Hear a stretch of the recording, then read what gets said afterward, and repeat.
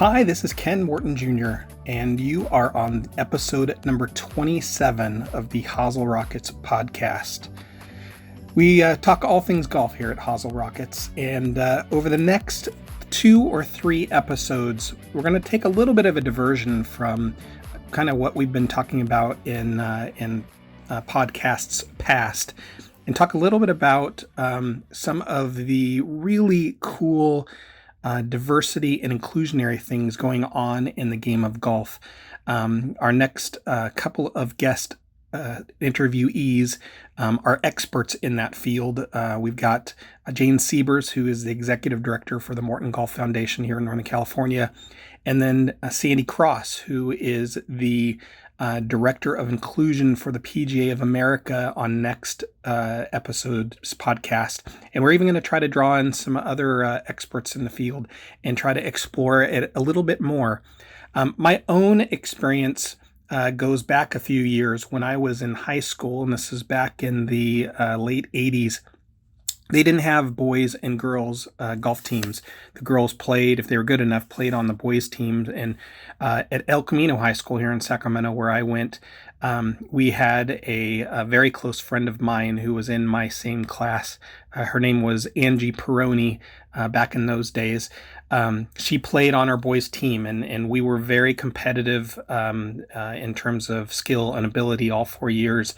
And we had qualified and made it down to play at the Olympic Club, which is a very prestigious place down in San Francisco. They had held U.S. Opens there over the years, and again, beautiful golf course.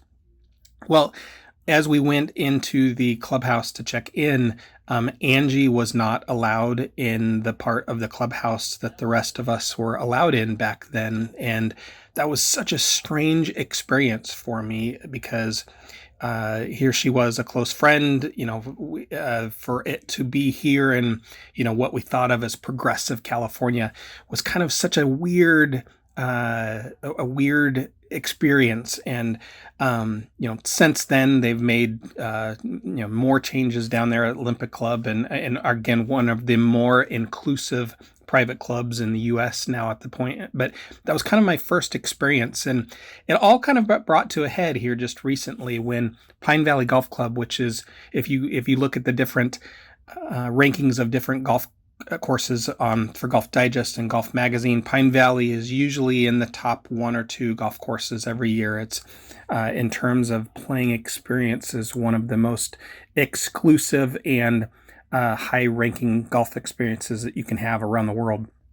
Well, they, up until just a couple months ago, had not ever accepted a woman member, and have just made that change as well. Just recently, they've had Annika Sorenstam, who is one of the great LPGA legends of our time, Sarah Ingram, who is the current captain of the Curtis Cup, and Megan Stassi, who is a very, very fine amateur player. She's one of the U.S. women's mid-am champions.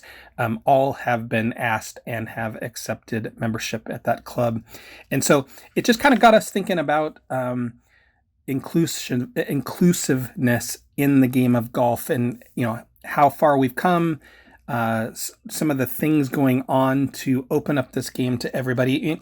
Golf's very much built on tradition, and it's forever been defined by the rules of etiquette and the attire worn from it, and proper behavior, and caring for the golf course in an environmentally sound way, and the gentleman's game is kind of what they've called to it.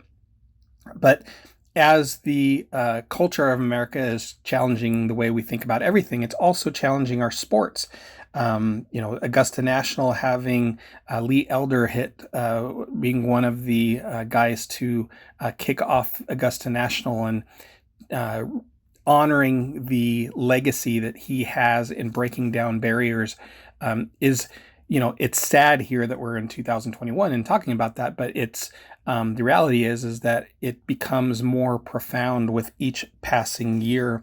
And with all the new generations, that's really kind of where they're stepping in.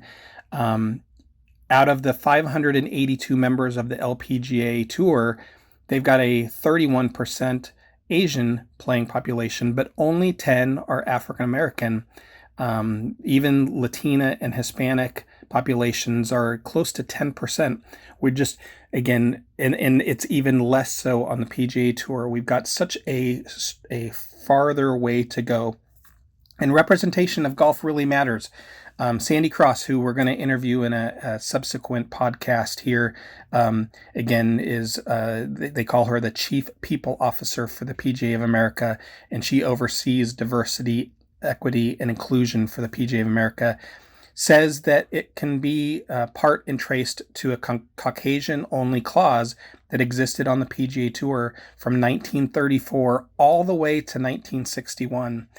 And of course, that's going to impact the ability for us to have a diverse customer base, a diverse number of golfers around the world. It's going to take decades for that really to change things, and it is slowly. We're starting to see places like the First Tee have major impacts on creating a very diverse and far-reaching look of who the golfer is around the world. So PGA of America is actually working to invest in diversity-owned businesses and trying to help grow the face of golf through our $84 billion industry. And so that brings us to today's guest. And her name is Jane Siebers. We have known Jane for a few decades, and we affectionately call her the Energizer Bunny. No one brings more passion, energy, vigor to their job than Jane.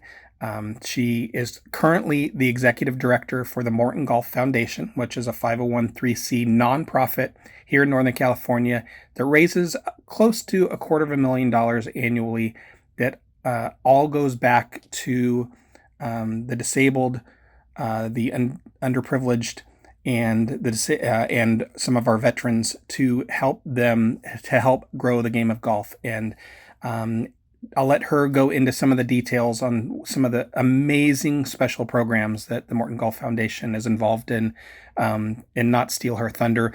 Prior to this, she was the events coordinator for the First Tee of Greater Sacramento. And when she first got into the golf business, she started her career in a Champions Tour event called the Sacramento Gold Rush. And so I am really, really excited to bring Jane into our podcast and let her talk to everybody about some of the amazing things going on here in Northern California and how you can get involved and do some of these same things potentially in your community to really change the face of golf. So without further ado, let us welcome Jane Siebers. Well, Jane, thank you for joining us on Hosel Rockets. For those of you that might not be aware, in the Sacramento region, we have a 501(c) called Morton Golf Foundation, and Jane is our executive director for that group. Jane, give us a little background on maybe kind of an overall scope of what Morton Golf Foundation is. Okay, I'm going to go back and say 14 years ago, I had worked for the First Tee of Greater Sacramento, and Ken Morton Sr. came up with a vision, and he wanted to have a nonprofit that turned no person away from playing the game of golf. Where the First Tee of Greater Sacramento, they have the ages of 3 to 18, and then after 18, there's no funding or anything that's available through their program. So we started Morton Golf Foundation from the grassroots in 2008, and by 2009 we were on with the IRS. We were there for our nonprofit number. And so who through as a foundation, we've kind of got a target, and I hear you say it all the time, kind of a target audience on who we're serving out there. Oh, okay, boy. We go back, we give all proceeds back to youth, disabled, and underserved. So let's define each one of those. Yeah. So let's talk about the youth, kind of maybe some overall programming within that that clientele. You know, the biggest donor that we give back to is the First Tee of Greater Sacramento. And it's near and dear to all of our hearts because their mission follows our mission. We all do the core values, and and we all give back. And our goal is to make these better students and better people as they continue to grow. But we have other nonprofits. Special Olympics is another huge one that we have. And Special Olympics touches all ages. We do young kids, we do adults. So we do a lot of stuff with that. And there's a program that's tied into the First Tee and Special Olympics, which is a program called California Eagles. Give us a little bit of glimpse of kind of maybe what that program is and what that's about. We have a wonderful program through the First Tee of Greater Sacramento called California Eagles. And what's wonderful is this reaches all ages. There are several adults that are in this, and these adults still come back to Hagan Oaks. We see them once a week on Mondays, and they come in as regular golfers with their caregivers to play golf. It's wonderful when I'm at my desk. Every Monday at 2:30, I get a little tap on my shoulder from Anthony, and Anthony's there just to say hi, and he's out there to go play 9 holes. So they come here for not only the golf is one portion, but they come here for the camaraderie. What I think is so great is that, many of these folks have met their very best friends through the program. And because the program originally started as a junior program, but no one can age out, right. We have kids, and I'm doing air quotes here, right. that are in their 50s now that have been in the program as long as I've been around. And they've got 3 or 4 different skill level sets that they can play in, right? Right. It's really interesting though, and even Kenny, when you say 50-year-olds, they're 60 years old, they're 70 years old. It's marvelous to go out there and see these people, and they'll come in a golf shirt, which they all have Cal Eagle golf shirts, and they'll come in golf hats, and they can all enjoy the game of golf. Yeah, I mean, you have some that have won gold medals in the National Special Olympic Games, and there's other where golf is just trying to putt and get it in the hole, and everywhere in between, right? Right. And what's really nice about having the friends as our Cal Eagles, like I had one of them, Jonathan Sparks, came to me, and he wanted to know how he could raise money for Special Olympics to be in the polar plunge. Now, the polar plunge is the largest fundraiser of the year for Special Olympics. So we came up with, why doesn't Jonathan play 100 holes of golf? And he can get donations from people for Special Olympics, and he can do it at Hagan Oaks. So we took Jonathan and put him on our little playing course, and he went and collected hundreds of dollars, and he collected money to be in the polar plunge, and 100% of that money went back to Special Olympics. That was at least 10 years ago. Jonathan is still coming to Morton Golf Foundation every single year to find out what kind of a fundraiser can he do to continue to support Special Olympics through the polar plunge. That's amazing. He's such a force of nature. Such a force of nature. In fact, he has just recently called me last week to say, with COVID, with him being inside his apartment for the last year, he's got a lot of issues now with hips and knees. And he just wanted a friend and wanted to know if I would come and take him out to lunch. So we're going to go to lunch on Friday. That's awesome. But those friendships stay forever. It's hard when anybody looks at you and said, I want a friend. Yeah. Your next bullet was kind of underserved. And I know we've got a grant program in the foundation. Maybe give a little background on kind of how that started, and maybe kind of maybe a couple big examples of who's been included in that and kind of where it's going forward. Right. We have a junior golf development grant program, which we fund between the ages of 10 and 18. These people come to us and they're looking for financial aid in order to have their children go and play in different tournaments. Many of these kids have never played outside of our Sacramento region. So it's really wonderful to be able to offer these people money to be able to travel, to have the equipment to go to a different golf course, and actually the coaching even to get there. But what's really interesting more than that, again, with setting the game of golf to the side, these kids get to travel outside of our Sacramento region, and they get to interact with other children, which makes them better students and better people. So an example is, we've got a really good playing junior here in Sacramento, and they might qualify for a national U.S. Kids tournament or an AJGA event, but they don't have the means to be able to get there, right? And Kenny, can I please tell this story? Yeah, for sure. Okay. Can I say the name? Yeah, absolutely. Tavia Burgess. Love that little girl. She's 15 years old. She has been with us probably for the last 4 years. we have really seen this girl blossom. 4 years ago, she would have never looked us in the face. In order to get a junior golf development grant, the junior has to do the interview with a committee. Her parents has to do an interview, and then we interview the parents and the student together. Tavia has recently won a few months ago the optimist in her age group to go to Doral Country Club in July, in just a few weeks. Yeah. And she is so excited to go. The next night, her dad contacted me to say, she can't go. There's no money for her to travel. Yeah. For one thing, she can't even travel alone. One of the parents have to go with her, and that's even more money. Yeah. Now what are we going to do? Wow. And she has gotten her full grant, and she in her grant had I think $400 or $500 that she was going to buy some new wedges because her coach felt that's what she needed to get to her next level. And her parents said, we're going to forfeit the money for the wedges. We want her to go to the Optimist tournament. Yeah. Freakishly, in the next 24 hours, some people from the Sacramento Golf Council came to me and said, can Morton Golf Foundation help us? We have some money left over and we want to be able to give some money to a little girl. Let's back up though and let's talk about Doris Yates. Yeah. So Doris was a home club member of our women's clubs for probably close to 65 years. She played in them till when she was over 100. Yes. And when she passed, dedicated some of those funds back to the Morton Golf Foundation for exactly this reason. Right. To allow kids to be able to experience our great sport of golf more fully. Right. And her only request was to give it to a girl. Yeah. So we contacted a girl, and actually she received the money today.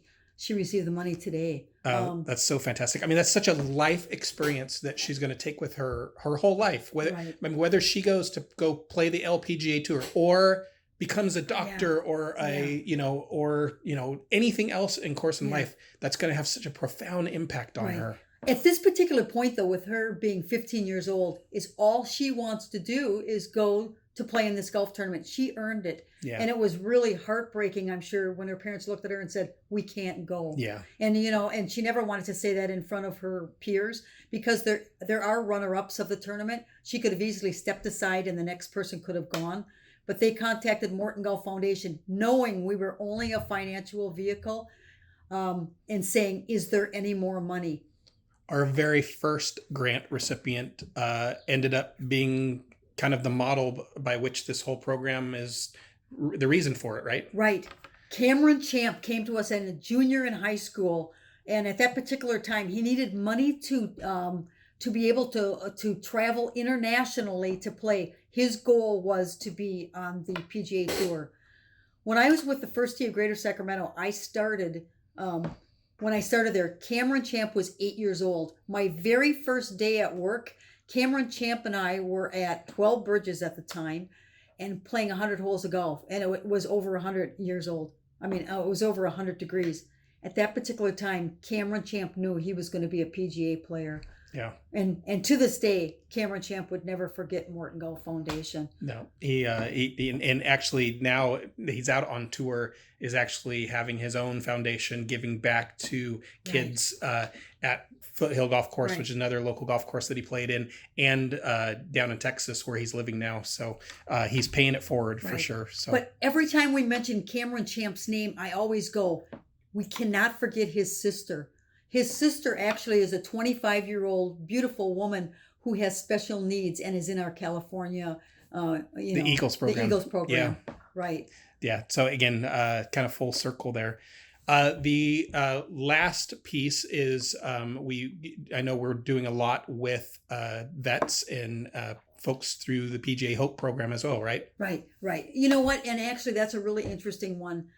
Because the programs are set up. There's a group at Mather called the Vets Program, and when COVID hit, they asked if they could have their money just so they could use them for tee times. They wanted to make sure the vets were out on the golf course and not sitting in front of their television sets.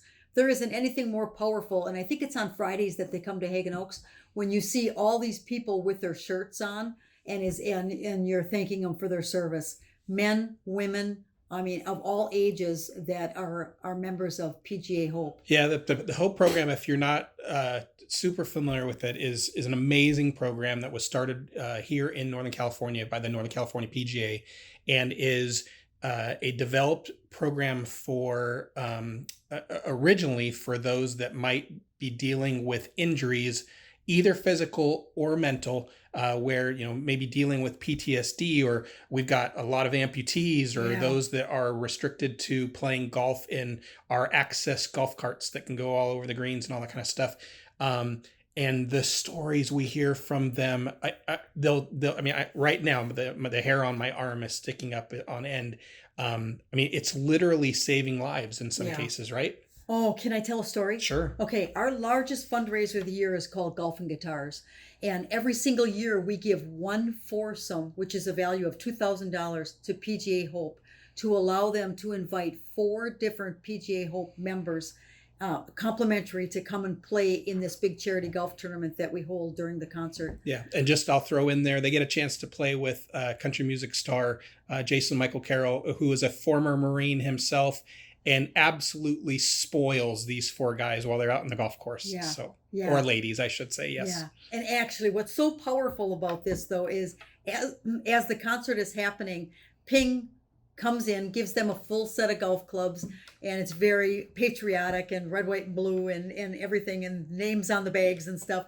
And I mean, there's 4 guys sitting up, or women, sitting up on stage just with their mouths open because they cannot believe, getting a standing ovation from 3,000 people out in the audience. Yeah, it's a pretty moving experience. But now I want to take that one step further. Now it's a year later, and these guys are on the waiting list, and I got a chance to call them last week. 2 of the people that played in PGA Hope's foursomes, they want to pay $500 each, because it was such a wonderful experience, to make sure that they're still in Golf and Guitars. And that $500 is going back to being reinvested back to other vets, which is amazing. So, Right. You mentioned Golf and Guitars, which is a big country music festival that is the Morton Golf Foundation's biggest fundraiser of the year. At that event, it's a 2-night event. The first night is a singer-songwriter night. The second night is a big concert on the golf course. But that first night is held dear to our hearts because of a special scholarship program, and I was hoping you might be able to touch upon that.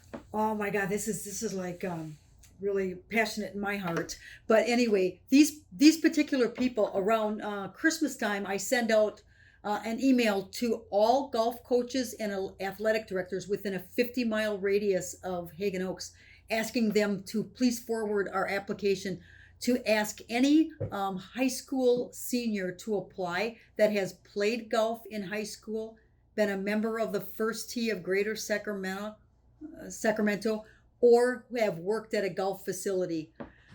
They can apply for the scholarship. It has nothing to do with the child or the student playing golf in college. It has everything to do with high school accomplishments. So then we have a committee that actually goes out and chooses. Our goal is never to turn a child away. So as long as they met the requirements, we hope that they will, that they'll get the scholarship. So an example this year is how many scholarships and how much money is given away? Oh, can I back up for a second? Yeah, for sure. Now I'm going to answer Kenny and say 20 scholarships, $40,000. But what's really powerful about what happened this year is we had lost some funding, and we went into a board meeting in February, and we looked at our board on Zoom and said, we lost some funding and we only have $9,000 to give out to 20 students. Now what? And Tom Morton, who is our president of Morton Golf Foundation, looked at the screen and said, we are a fundraising board. Frank LaRosa stepped up and said, I'll take this on as a project. We got 30 days. What are we going to do?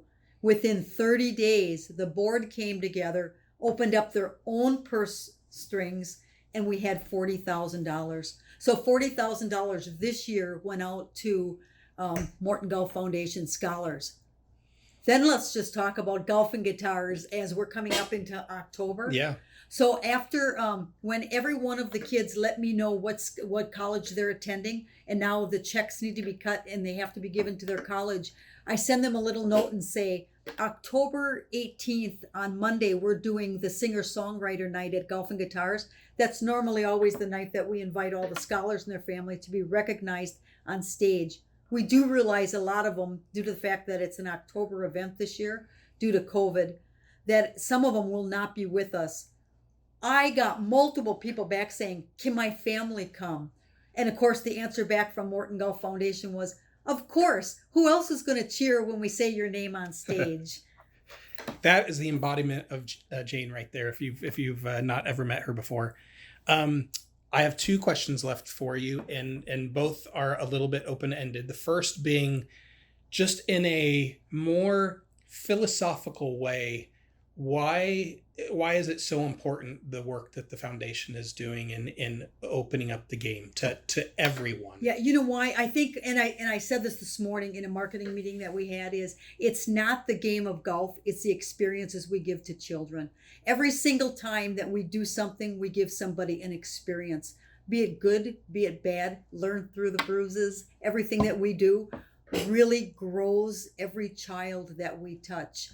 Different times, and we all live by the core values. Different times parents will look at me and say, that's a lot of pressure to put on a kid, after I've just looked at their child and said, meet me somewhere at 2:00, on the dot, because we're doing something at an event. And it's like, no, that's the responsibility, the respect that I need back from that child. We teach those child to be better people to go out in today's world. And that's so important today, because there's so many children out there not getting it. They have to raise the water level for everyone, right? Yeah, that's right.